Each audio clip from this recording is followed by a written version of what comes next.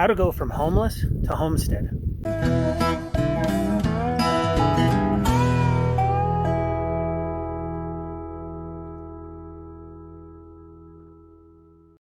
First thing I did was set myself up in a position where I could save money, and part of that was buying this van. So I took a loan from a friend actually and gave it my all to pay that off really quick. It was $13,000 and I paid it off in 10 months. And having the van allowed me to build out a living space and feel like I was no longer homeless. And as soon as it was paid off, that money that I was putting aside for this, I was able to start saving so that I could buy some land and start a homestead. Unfortunately, my savings was cut off because of COVID. I was laid off, but at least I had a van and a small savings. After I saved up a little bit of money, I bought myself some homestead. I could have got 40 acres and made payments, but I wanted to live within my means, so I paid cash for 2.5 acres. Don't forget to enter to win the 1.32 acres on my website that discount lots of myself are giving away. You've got about 1 week left to enter.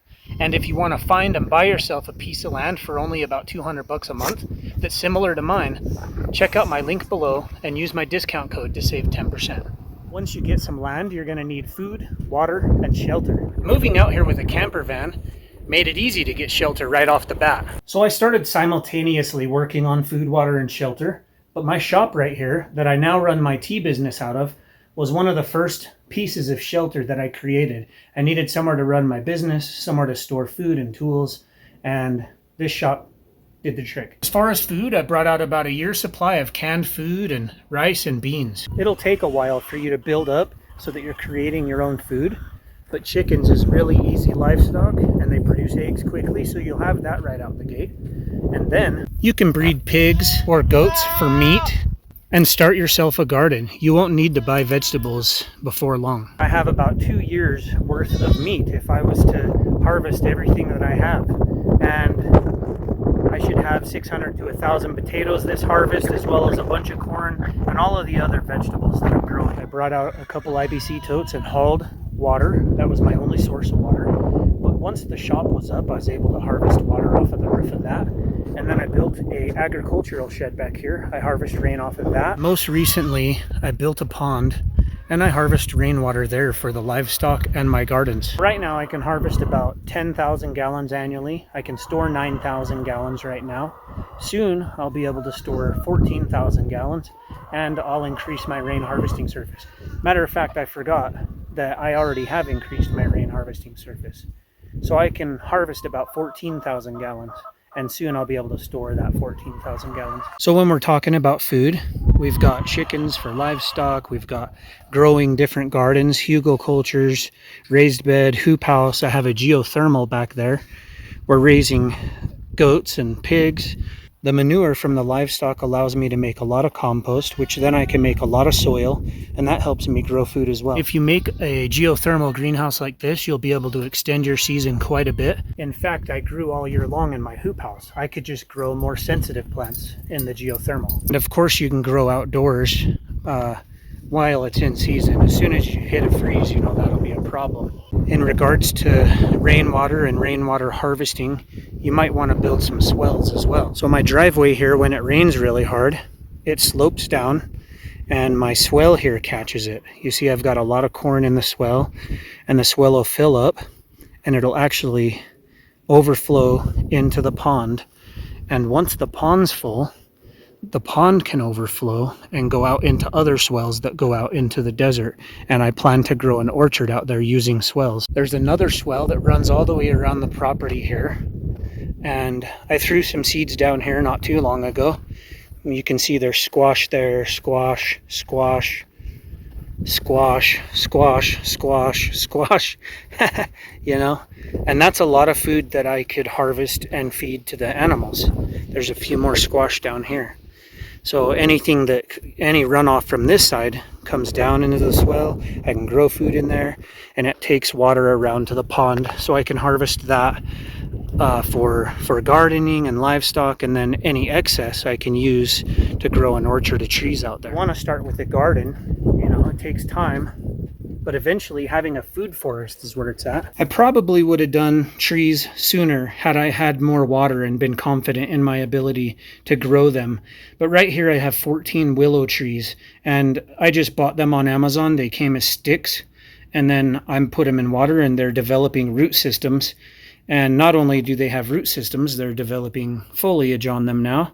Soon I'll transplant these into probably cups like this. I'll let them get a little larger, and then I'll start to plant around my pond and out there by the orchard, and it'll create a canopy. These can get 40 feet tall.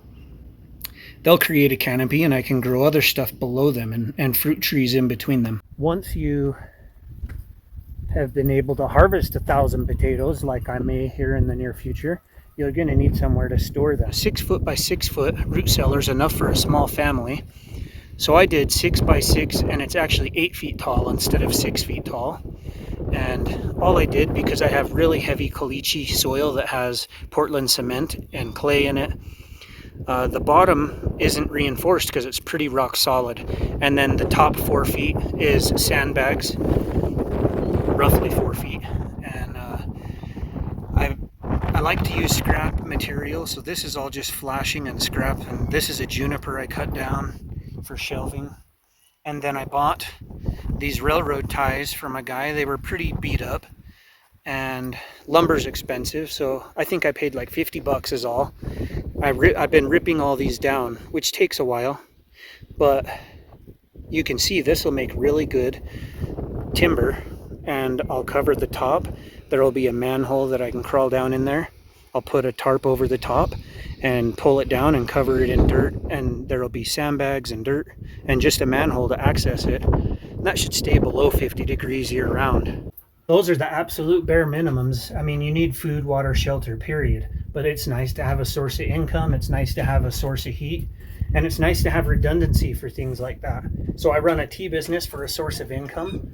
I monetize these videos for a source of income. I've written a few books, and that helps me have redundancy in my income. For heat, I use a diesel air heater. I use a kerosene heater that I put mostly diesel in. I cut up logs and burn wood in my wood burning stove.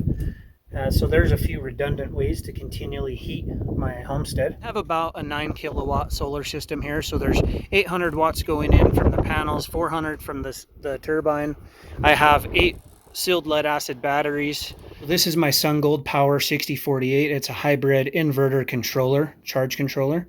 It can run all kinds of equipment without batteries, just as long as the sun's out. But with the battery bank, I can, run stuff a lot longer. And I do shut the system off usually when it's, when it's getting late and whatnot. Unless for some reason I was out of town, I'd leave it on so I can access the cameras. This is plenty to run my freezer and charge batteries and, well, my welder. Anything I want to do, I'm able to do. And I have a little office area here. I run my printers and I have Starlink. So all those things run off of my solar power system. If you want hot water, you can get a propane heater like this. A tank like this lasts me about a year. I only shower every 2 or 3 days for like 5 minutes, and it just provides a really comfortable showering experience, and you can build yourself a little outdoor shower like this using scrap material like I did. Here's my wood burning stove. I cook on it and I heat this space. This is my little kerosene heater. I'll often bake on top of the wood stove, but I've also baked on top of this kerosene heater. I'll make a couple loaves of bread at a time in that little oven. I've been out here just over 2 years and I've never been happier. I'm really comfortable, and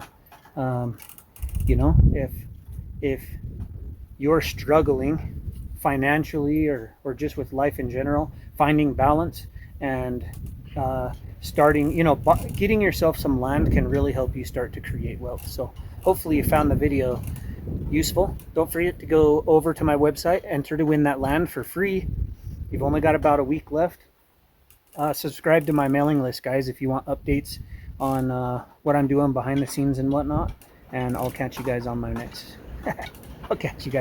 video. Here's a little bonus for you guys. I just built a simple little composting toilet here. and it's just a couple barrels. So one of them is a toilet. You can pull the lid off, and it's heavy enough that it keeps flies out. And there's a little fly trap if any flies do get in. And once that one's completely full, then I exchange this lid over here and use this one here, and then I can start to fill this one up. And once this one's full, I can take the compost out of here. It'll just be soil at that point, and I can go throw it around trees around the perimeter.